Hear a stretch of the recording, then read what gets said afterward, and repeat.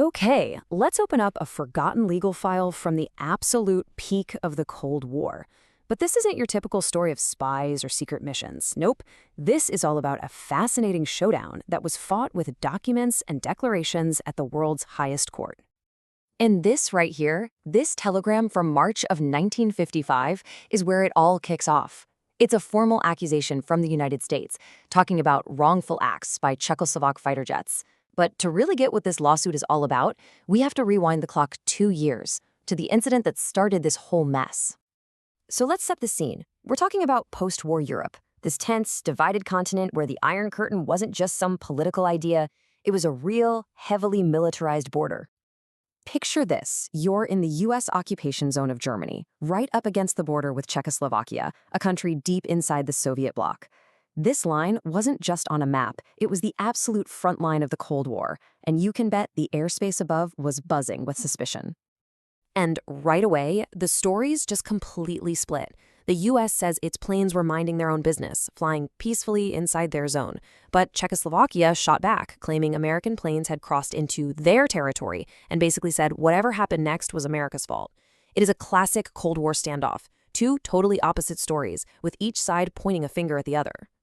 For 2 whole years, this dispute just kinda simmered behind the scenes, through diplomatic channels.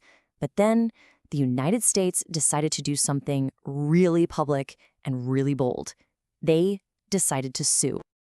And here's the moment it all becomes official. You're looking at the actual letter from the US ambassador filing the case. I mean, just stop and think about the gravity of this for a second. One of the world's 2 superpowers is literally taking a Soviet satellite state to the highest court on the planet. This was a huge deal. So, what exactly is the ICJ? Well, to put it simply, it's the UN's top court. It's the place where countries are supposed to go to work out their problems peacefully, using international law. But, and this is a really big but, the court's power isn't automatic. It completely depends on both countries agreeing to be there. And this brings us to the absolute core of this whole thing, right?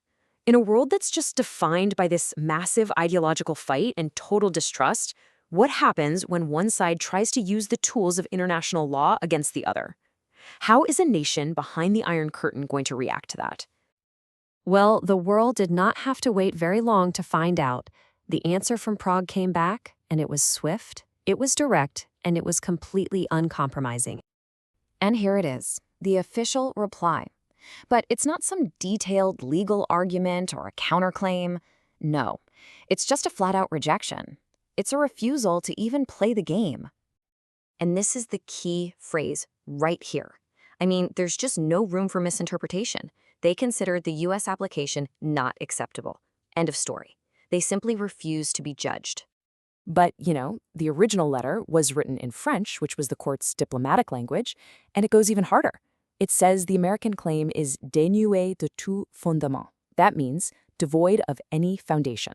So in their view, it wasn't just unacceptable, it was completely baseless, totally empty, a complete and utter shutdown.